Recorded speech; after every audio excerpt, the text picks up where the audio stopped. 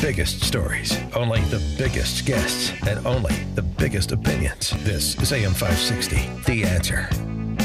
Dan and Sean from Elmwood Park in for Amy, and the Cohen plea and allocution may reshuffle the deck on the midterms, but up until yesterday, it was interesting watching what was happening on both sides.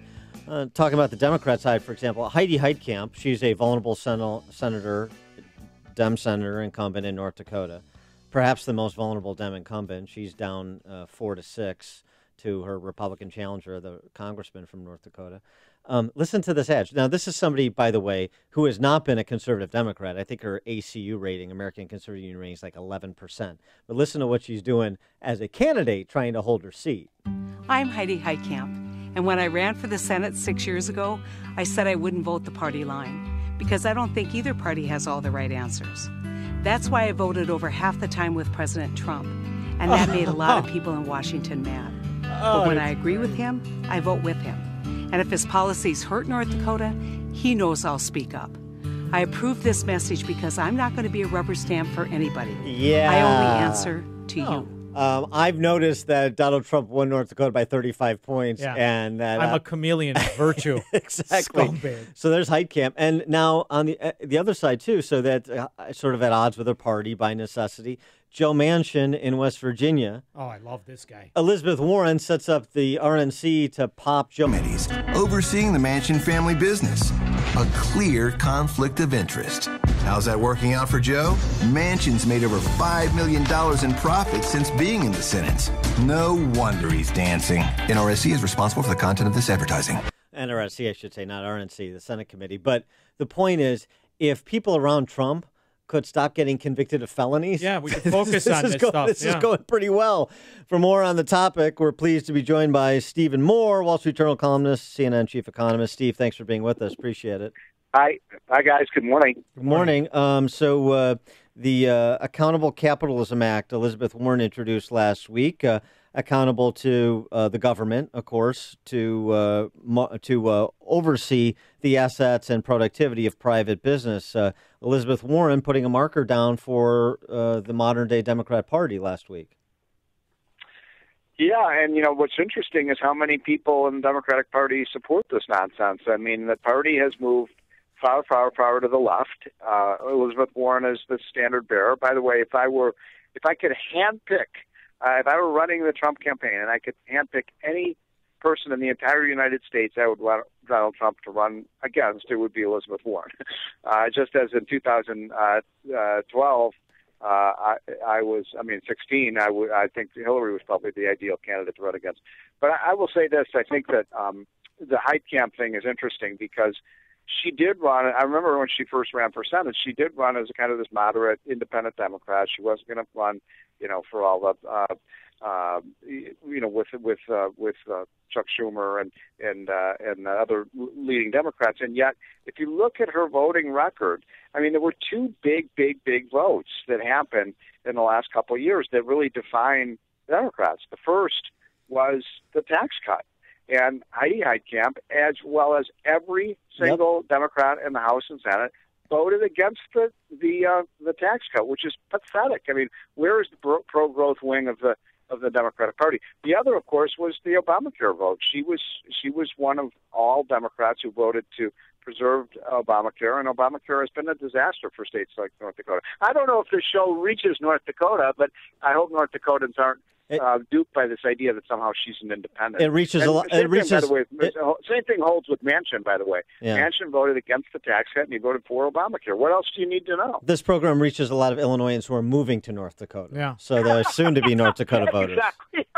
So now, Stephen, I got to tell you, buddy, I'm one of those dwindling, old-fashioned, principled capitalists. I mean, I understand there's 7 of us left. We could all be transported in a minivan. But I want to ask you something, and I mean this because this is infuriating. This Joe Manchin's kid, Hunter Biden, the brother, he was after the brother's wife. That wasn't the most atrocious thing this guy did to me. It's that he partners up with the Chinese communists through Kerry's stepson, and they form Rosemont Capital. All of this, it's just overwhelming to the average guy, right? And then you find out it's our guys too. whether it's old lady face Mitch McConnell, all of a sudden the wife shipping mogul family. It's just, is there ever going to be an instance where we can look at a guy like that congressman who happened to be a Republican in New York 2 weeks ago, got busted for insider trading, and we say from a principled place, this is corporatism, this is wrong? Or is it always going to be the lower denominator, our scumbag's cleaner than your scumbag? Well, it sounds like you're making a pitch for, could it be draining the swamp? And by the way, the swamp is growing in Washington. I mean, this is one of the few things I'm really embarrassed about under the Trump administration is that, it's a wonderful thing when I go around the country and whether I go from Portland, Maine or Portland, Oregon, all I see in major cities is cranes going up, new factories, new apartment buildings. We're in the midst of the biggest construction boom in American history. But I don't know if you've watched a Washington Nationals game lately, but the next time you're flicking the channel and you see a Washington Nationals game when they're playing at home, look at the background. There's like 8 gigantic cranes of new buildings going up in Washington. We are not draining the swamp. Washington's still getting rich at the expense of the rest of us. It's probably the second or third fastest growing town in America today, and that just shows when you all in Chicago and around the country send $4 trillion to us every year, we keep 10% of it, and that's a lot of money. And then we send the rest of you back. I never could understand the logic of why people want to send their money to Washington. It disappears here, and it doesn't come back to the people in the state. Well, in Illinois, it's more like 20% they keep. But here's the thing: it's also the swamp is not being drained because you still have a Republican Party and leaders of the Republican Party that won't give up their dalliance with big government. Marco Rubio, his bill to allow Americans to collect Social Security benefits to take time off from work after having or adopting a child. So backdoor government financing of family leave. No, you're right. I mean, and look, we're still running trillion-dollar deficits, and we're spending record amounts of money in Washington, even with Trump in the White House and a Republican Congress. The spending bill they passed, the so-called omnibus spending bill, was a disgrace. It was a total disgrace. I mean, it wasn't anything better than the Democrats would have passed. The Republicans want to spend more money on the military. The Democrats want to spend more money on social programs. So they ended up spending more money on both. And look, I'm for a strong national defense. I'm a Reagan guy. But we're spending $700 billion a year on our military. And when you want to talk about waste in government, there is no agency in government that is more wasteful than the Pentagon. I mean, the Pentagon, I live 3 miles away from the Pentagon. It's the biggest bureaucracy in America. I love when Stephen talks like this. I love when you talk like this. I've been waiting for this, Stephen. Come on, baby. Keep it up. Well, look, I mean, I just, whatever happened to the penny plan? Cut 1 penny of spending from every program for 5 years and just do it. Instead, we're increasing spending by 10 pennies on every program. And, the compound interest of that is leading to these trillion-dollar deficits. Now, we got a booming economy right now. Trump deserves a lot of credit for that.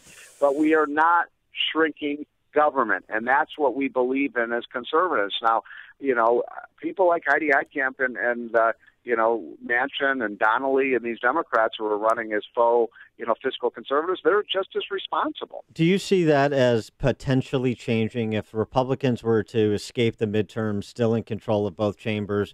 You're going to have a leadership change in the House. Maybe it becomes somebody from the Freedom Caucus like Jim Jordan, maybe. And do you think there's any appetite among Republicans writ large, not just President Trump, but Republicans in the House and Senate too, to try to tackle the runaway federal spending? Not if they win. If they win, I don't think they're going to change. But if they lose, I think, that somebody like Jim Jordan could be the minority leader. And incidentally, I mean, I'm going to say something that's blasphemous to some of your listeners, but I don't think it would be such a horrible thing if the Republicans lost the House.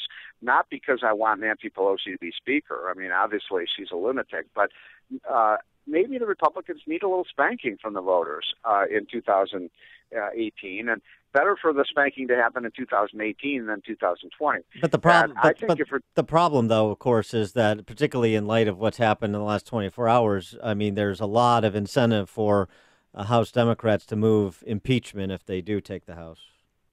Okay, let them do it. But I mean, let them do it. Okay. You know, if you want to guarantee the reelection of Donald Trump, let the Democrats, you know, look, impeachment is wildly unpopular with the American people, except for the Trump haters. And look, the Democrats who I talk to who are running a lot of these campaigns, they know that impeachment is a loser for them. It's a loser issue for the. Wait, you're going to impeach Donald Trump because he made a payment to shut up Stormy Daniels? I mean, it's ridiculous. And incidentally, how is it that these so-called campaign finance violations carry like 10, 20-year prison sentence? That's the most. Look, I'm not Paul Manafort. I don't know everything that. Not Manafort. Michael Cohen. Oh, come on. I mean, so he made this is an illegal campaign payment, and they're going to charge him with 20 years in prison. Yeah, we put rapists out on the street. I mean, it's ridiculous. I say we put the guys who cheat on the campaign financing in with the rapists, and let's see what happens. That's called a win-win. But here in Venezuela, we have an example of what inflation looks like when it stops playing hide and seek with protectionism. I mean, that's just the reality of it. It takes a suitcase of money to buy a chicken in Venezuela. We have been creating, 6 times the money since Obama was sworn in? And the bad news is there's no chickens. We don't have a lot of chickens. And the other thing is this. It's going to stop pretending to be a growth in a GDP soon. What happens when it does, and how do you unwind it without me eating my Boston Terrier for lunch? Wait a minute. Here in the U.S. or in Yes, here in the U.S. Listen, the reality is... He's talking about unwinding quantitative easing over the last decade. Oh, come on! Look, show me where the inflation is in the economy right now. That's my point. I could show you. There isn't any inflation. So we're not Venezuela. I love this headline, by the way. Venezuela is going to raise 5 zeros from their currency. Inflation's in our spending. Inflation's in our debt, and we're protecting true. We're now entered protectionism. I'm suggesting this doesn't end well. I'm not saying we're experiencing it right now. I'm saying the tsunami is on the horizon. How do you stop it? Well, look, I don't know how you stop it, but if you were right, if you believe that we're going to have hyperinflation and that a tsunami is on the horizon, then what everybody should do go out and buy a lot of gold, because that means that if hyperinflation, what is the best hedge against inflation? It's gold, but the gold price has done nothing for 10 years, so I just don't see it out there. I don't see the commodity index has been falling in price. The businesses don't have any pricing power right now. They can't raise their prices. There's so much competition. By the way, that's why trade and technology are so important, because they hold down prices, and nobody can raise the price. You go to Walmart today, you can get damn near anything you want for 99 cents. I mean, I just don't see the inflation out there. We are not Venezuela. He is Stephen Moore, Wall Street Journal columnist, chief economist for CNN. Steve, thanks for being with us. Appreciate it. Have a great week, guys. Bye. Thank you. And he joined us on the Turnkey.pro answer line. You're listening to Chicago's Morning Answer with Dan Proft and Amy Jacobson on AM 560. The Answer.